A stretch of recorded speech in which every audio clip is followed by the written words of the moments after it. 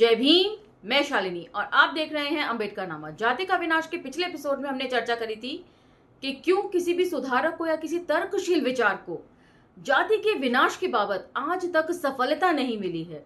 क्यों जातियों का विनाश नहीं हो सका है, जबकि इतने सारे सुधारक आए, उनके इतने सारे विचार हमारे सामने हैं, लेकिन फिर भी जाति को तोड़ा नहीं जा सका है।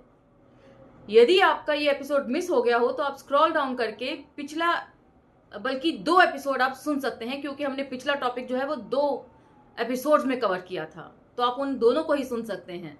तो चर्चा को अब हम अगले टॉपिक के साथ आगे बढ़ा रहे हैं। चलिए, टॉपिक 23, जाति के विनाश से धर्म के सच्चे तत्वों का विनाश नहीं होगा। क्यों नहीं होगा, कैसे नहीं होगा, अब जानते हैं। 23.1, धर्म को नष्ट करने से मेरा आश्रय क्या है। ये कुछ लोग नहीं समझेंगे। कुछ को यह विचार विभत्स लग सकता है और कुछ को लगेगा कि एक क्रांतिकारी विचार है। अतः मुझे अपनी स्थिति स्पष्ट करने दें। मुझे पता नहीं कि आप सिद्धांतों और नियमों में फर्क करते हैं या नहीं, लेकिन मैं करता हूं। मैं न सिर्फ फर्क करता हूं बल्कि मानता हूं कि यह फर्क वास्तविक और महत्वपूर्ण है। नियम व्यवहार के लिए होते हैं, वे एक नुस्खे के अनुसार आदतन काम करने का मार्ग निर्देश करते हैं, लेकिन सिद्धांत बौद्धिक होते हैं। वे चीजों का मूल्यांकन करने के लिए उपयोगी तरीके हैं। नियम मनुष्य को बताते हैं कि क्या क्या करनी है। सिद्धांत ये नहीं बताते कि आपको क्या क्या करना है। नियम व्यंजन के नुस्खे की तरह बताते हैं कि क्या करना है और कैसे करना है। एक सिद्धांत जैसे न्याय का सिद्धांत वह छतरी प्रदान करता है जिसके तहत उसे विचार करना है कि उसकी इच्छाओं और उद्देश्यों का परिणाम क्या होगा। वह ये सुझाव देकर कि किस मुख्य चीज को उसे अपने ध्यान में रखना चाहिए, उसके चिंतन का मार्गदर्शन करता है। तो नियमों और सिद्धांतों को किस अलग अलग तरीके से डॉक्टर अंबेडकर 2 पलड़ों में रखते हैं। नियम वे होते हैं जिन्हें हम रूटीन के तौर पर फॉलो करते हैं, बड़े रोबोटिक स्टाइल में, ठीक है। और जो सिद्धांत होते हैं वो हमें चिंतनशील बनाते हैं कि हम जो भी कुछ करते हैं उसका इम्पैक्ट किसी दूसरे के ऊपर किस तरह पड़ता है। इसे आप ये समझ लीजिए कि यदि कोई कानून बनाया जाता है तो ये सोच समझकर बनाया जाता है कि जिन लोगों के लिए इस कानून को बनाया जा रहा है उनके ऊपर ये कानून का जो इम्पैक्ट है वो किस तरह पड़ेगा। जैसे कि न्याय व्यवस्था आप देख सकते हैं, आजकल तो खैर बिल्कुल बेकार हो गई है, न्याय की उम्मीद ही बेमानी सी हो गई है। चलिए 23.2, नियम और सिद्धांतों में फर्क करके उनके अनुसार किए गए कामों को गुणवत्ता और अंतर्वस्तु की दृष्टि से अलग अलग करता है। वह करना जो किसी नियम के अनुसार ठीक है और वह करना जो सिद्धांततः ठीक है। दोनों में अलग अलग चीजें हैं। सिद्धांत गलत हो सकता है पर कृत्य सचेतन और उत्तरदायी हो सकता है। नियम सही हो सकता है लेकिन कृत्य यांत्रिक हो सकता है। सिद्धांत सही भी हो सकता है और गलत भी हो सकता है, लेकिन सोच समझकर किया गया काम होता है सैद्धांतिक। जिन लोगों में वैचारिक मतभेद होता है वो भी सिद्धांतों की ही लड़ाई होती है। और नियम जो हैं वो यांत्रिक यानी कि रोबोटिक हो सकते हैं, मशीनी काम होते हैं। कोई धार्मिक कृत्य ठीक नहीं भी हो सकता है पर उसे कम से कम उत्तरदायी तो होना ही होगा। इस दायित्वशीलता के लिए जगह बनाने के लिए धर्म को मुख्यतः केवल सिद्धांत का मामला होना चाहिए, यह नियमों का मामला नहीं हो सकता। जैसे ही यह नियमों में परिवर्तित होता है यह धर्म नहीं रह जाता, क्योंकि दायित्वशीलता की हत्या कर देता है जो किसी भी सच्चे धार्मिक कृत्य का सार है। -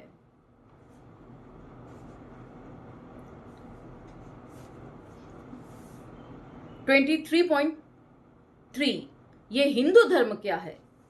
क्या ये सिद्धांतों की एक समुच्चय है या नियमों की एक संहिता, जैसा कि वेदों और स्मृतियों में विहित है। हिंदू धर्म बलिदान से संबंधित सामाजिक, राजनीतिक और स्वच्छता से संबंधित नियमों और निर्देशों के एक समुच्चय के अलावा कुछ भी नहीं है, जिसमें सब कुछ एक दूसरे में गुंथा हुआ है। तो सब कुछ एक दूसरे में गुंथा हुआ, एक्चुअल में बात जो है वो यही है। इतना मजबूत ताना बाना है कि उसे उधेड़ना मुश्किल है, उधेड़ कर अलग करना मुश्किल है। हिंदू जिसे धर्म कहते हैं वे आदेशों और निषेधों की एक भीड़ के अलावा कुछ भी नहीं है। मतलब डूज एंड डोंट्स के अलावा वो कुछ भी नहीं है। आध्यात्मिक सिद्धांतों जो सच्चे अर्थ में सार्विक होते हैं, जो सभी नस्लों पर, सभी देशों पर, सभी समय में लागू होते हैं के रूप में धर्म इन आदेशों निर्देशों में नहीं पाया जाता, और पाया भी जाता है तो वह हिंदू के जीवन के नियंत्रणकारी भूमिका नहीं निभाता। हिंदू के लिए धर्म का मतलब है आदेश और निदेश। तो पहले ही बोला पिछले एपिसोड में कि सोचने समझने की मनाही है, कि जो ऊपर से आदेश है उसी को आपने फॉलो करना है। तो ये तो हो गई डूज, और डोंट्स में क्या आ गया कि जो वेदों और शास्त्रों में नहीं कहा वो आपको नहीं करना है। तो इसमें सोचने समझने के लिए कोई जगह ही नहीं बची है। यह उस अर्थ से स्पष्ट है जिस अर्थ में धर्म शब्द का प्रयोग वेदों और स्मृतियों में हुआ है, और जो धर्म भाष्यकारों ने समझा है। धर्म शब्द का प्रयोग वेदों से अधिकांशतः धार्मिक आदेशों या अनुष्ठानों के अर्थ में किया गया है। जैमिनी भी अपने पूर्व मीमांसा में धर्म की परिभाषा इस प्रकार करते हैं: एक वांछित लक्ष्य या परिणाम जिसका संकेत निर्देशात्मक अर्थात वैदिक अवतरणों द्वारा किया गया हो। तो जैमिनी कौन थे, उनके बारे में एक नीचे फुटनोट है जो मैं पढ़ रही हूँ। जैमिनी पूर्व मीमांसा के प्रवर्तक थे। इसमें कर्मकांडों और अनुष्ठानों का वर्णन किया गया है जिसका समय द्वितीय शताब्दी ईसा पूर्व से द्वितीय शताब्दी ईसा के बीच माना जाता है। 100% को लेकर वेद वाक्यों के निर्णीत अर्थ के विचार का नाम मीमांसा है। पूर्व मीमांसा में धर्म का विचार है और उत्तर मीमांसा में ब्रह्म का। अतः पूर्व मीमांसा को धर्म मीमांसा और उत्तर मीमांसा को ब्रह्म मीमांसा भी कहा जाता है। जैमिनी मुनि द्वारा रचित सूत्र होने से मीमांसा को जैमिनीय धर्म मीमांसा भी कहा जाता है, और मीमांसा दर्शन में भारतवर्ष के वर्णाश्रम व्यवस्था, आधान आदि, अश्वमेधांत आदि विचारों का विवेचन किया गया है। तो धर्म मीमांसा क्या है, ये जैमिनी मीमांसा क्या है, उसका पूरा फुटनोट में ब्यौरा था। 23.4 सरल शब्दों में कहा जाए तो हिंदू जिसे धर्म कहते हैं वे मुख्यतः कानून है, सर्वोच्चतमतः एक वर्ग नैतिकता का कानूनी रूप है। साफ साफ कहूं तो आदेशों निर्देशों की संहिता को धर्म कहने से मैं इनकार करता हूं। तो हिंदू धर्म कुछ भी नहीं है, सिर्फ डूज एंड डोंट्स की एक लिस्ट मात्र है, ये डॉक्टर अंबेडकर कह रहे हैं। इस प्रकार की संहिता जिसे धर्म बताकर लोगों को गुमराह किया जाता है कि पहली बुराई यह है कि ये स्वतंत्रता और स्वाभाविकता के नैतिक जीवन से मनुष्य को वंचित कर देती है, और इसे विद इन ब्रैकेट कम से कम विवेकवान लोगों के लिए तो एक बाहर से आरोपित नियमों के प्रति उद्विग्न और दासतापूर्ण समर्पण में घटा देती है। इसके तहत आदर्शों के प्रति समर्पण के लिए कोई जगह नहीं है, सिर्फ आदेशों का यथानुसार पालन है। समर्पण के लिए कोई जगह नहीं है, सोचने समझने के लिए कोई जगह नहीं है, किसी भी तरह के ये आपको छूट नहीं देता। ये कहता है कि जो वेदों और शास्त्रों में कई सालों से, हजारों सालों से चला आ रहा है, बस उसी को फॉलो करते रहें, उसमें किसी भी तरह की बदलाव ना करें। यदि आप में से बहुत से लोगों ने भगत सिंह को पढ़ा होगा, और उनका सबसे चर्चित लेख जो है मैं नास्तिक क्यों हूं, वाई आई एम एथीस्ट, उसको बहुत से लोगों ने पढ़ा होगा, पर पता नहीं आप लोगों में से कितनों को ये बात याद है या नहीं। उसमें भगत सिंह ने भी इस बात को लिखा है कि किसी बात को सिर्फ इसीलिए मान लें कि वो रूढ़ियों से चली आ रही है। कभी हमारे पूर्वजों ने परम सत्ता का आदर किया और उससे डर कर कुछ नियम और कानूनों में वो बंधे, तो आज की डेट में भी क्या उन्हीं नियम और कानूनों में हम बंधे रहेंगे? वो इस चीज को लेकर प्रश्न करते हैं, संवाद करते हैं, तर्क वितर्क देते हैं उस लेख में। उम्मीद है आप में से बहुत से लोगों को ये सब बातें याद होंगी। तो वही सारी बातें यहाँ पर डॉक्टर अंबेडकर भी रख रहे हैं। 23.5 लेकिन आदेशों निषेधों की संहिता की सबसे बड़ी बुराई यह है कि इसके द्वारा विहित नियम वही के वही बने रहते हैं, आज भी वही, कल भी वही और हमेशा वही। वे इसलिए अन्यायपूर्ण हैं कि वे सभी वर्गों के लिए समान नहीं हैं। लेकिन ये अन्याय स्थायी भी हो जाता है, क्योंकि पीढ़ी दर पीढ़ी ये एक जैसा बना रहता है। कहने का मतलब यह है कि जो हिंदू धर्म कह के लोगों को गुमराह किया जाता है और सबको हिंदू धर्म के नाम पर एक जगह इकट्ठा करने की कोशिश की जाती है, इसमें किसी तरह का कोई बदलाव ही नहीं है। ठहरे हुए पानी की तरह है। और अक्सर आपने कहावत सुनी होगी कि ठहरा हुआ पानी जो है वो बदबूदार होता है, बहने वाला पानी कभी भी ऐसा नहीं होता है। निर्मल पानी की यदि आप रूपरेखा पढ़ें तो वो यही होती है कि जो बहता हुआ जल होता है वो निर्मल जल होता है, और जहां भी ये जल ठहर जाता है वहां बदबू पैदा करता है, उसमें कीड़े मकोड़े पैदा होते हैं। उसी तरीके से ये जो डूज एंड डोंट्स की लिस्ट है ना, ऐसी ही हो गई है, हजारों सालों से ऐसी चली आ रही है और उसको वैसा ही फॉलो करने का नियम बना दिया गया है जो सरासर गलत है। इसी के ऊपर डॉक्टर अंबेडकर पूरी चर्चा कर रहे हैं जाति के विनाश में। इस प्रकार की योजना का आपत्तिजनक हिस्सा यह नहीं है कि ये कुछ खास लोगों द्वारा, जो मसीहा या कानून निर्माता कहे जाते हैं, बनाए जाते हैं।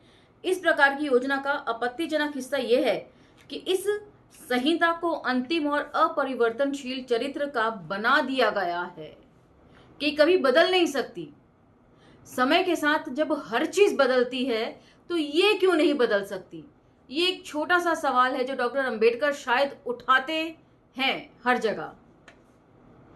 सुखी होना दुर्भाग्यवश व्यक्ति की स्थितियों और परिस्थितियों के अनुसार और विभिन्न लोगों तथा गुणों की स्थितियों के अनुसार बदलता रहता है। चूंकि स्थिति ऐसी ही है, मानवता तंग और अपंग हुए बिना कैसे शाश्वत कानूनों की संहिता को कैसे सहन कर सकती है। 23.6 अतः ये कहने में मुझे कोई हिचक नहीं है कि इस तरह से धर्म को अवश्य नष्ट कर देना चाहिए, और मैं कहता हूं कि इस प्रकार के धर्म को नष्ट कर देने में कुछ भी अधार्मिक नहीं है। सचमुच मैं मानता हूं कि यह आपका पुनीत कर्तव्य है कि इस मुखौटे को उखाड़ फेंके, इस मिथ्या प्रतिनिधित्व को दूर कर दे जिसका जन्म इस कानून को धर्म के गलत नाम से पुकारे जाने से होता है। यह आपके लिए एक जरूरी कदम है। जैसे ही आपने लोगों को इस भ्रांति पूर्ण प्रतिनिधित्व से मुक्त करा दिया और उन्हें ये समझने में सक्षम बना दिया कि उन्हें जो चीज धर्म बताई जाती है वे वास्तव में कानून है, कायदे कानून है, उसमें कुछ,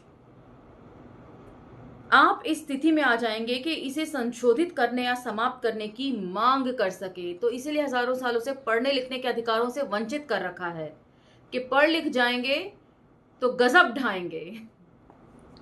23.7 जब तक लोग इसे धर्म समझेंगे वे इसे बदलने के लिए तैयार नहीं होंगे, क्योंकि धर्म की धारणा सामान्य तौर पर परिवर्तन की धारणा के साथ जुड़ी नहीं होती, लेकिन कानून की धारणा परिवर्तन की धारणा के साथ जुड़ी रहती है। और जब लोगों को पता चलता है कि जिसे धर्म कहा जाता है वे वास्तव में कानून है, पुराना और आदिम जमाने का, वे परिवर्तन के लिए राजी हो जाएंगे, क्योंकि लोग जानते हैं और स्वीकार करते हैं कि कानून को बदला जा सकता है। हर चीज में, यहां तक कि संविधान में भी अमेंडमेंट्स होते रहे हैं, कानून में भी होते रहे हैं। कायदे कानून समय समय पर बदलते रहते हैं और बदलाव की मांग भी करते हैं। तो फिर ये जो आचार संहिता बनी हुई है, जो डूज एंड डोंट्स की लिस्ट है, जो कुछ कायदे कानून है, उनमें बदलाव क्यों नहीं लाया जा सकता? ये छोटी सी बात है जो डॉक्टर अंबेडकर इस भाषण के जरिए समझा रहे हैं। और जो लोग कहते हैं कि जिन्हें पसंद नहीं वो हिंदू धर्म छोड़ के चले जाएं, हिंदू धर्म छोड़ के भी चले जाएं, लेकिन मानवता का तकाजा भी कोई चीज होती है। हम छोड़ के चले जाएं लेकिन बाकी लोग तो इसमें रह जाते हैं। अगर मानवता के नजरिए से कोई इसको सोचे तो कितने बड़े हिस्से को आप वंचित कर रहे हैं चीजों से। ये सरासर अमानवीय है और इसके लिए कोई भी जो सोशल वर्कर होगा, सोशल रिफॉर्मर होगा, इसको मान्यता नहीं दे सकता। इसी के साथ आज का एपिसोड समाप्त होता है। अगले एपिसोड में फिर भेंट होगी। अम्बेडकर नामा को लाइक, शेयर, सब्सक्राइब करते रहिए और इन वीडियोस को स्प्रेड करें, महिलाओं को जरूर सुनाएं। धन्यवाद।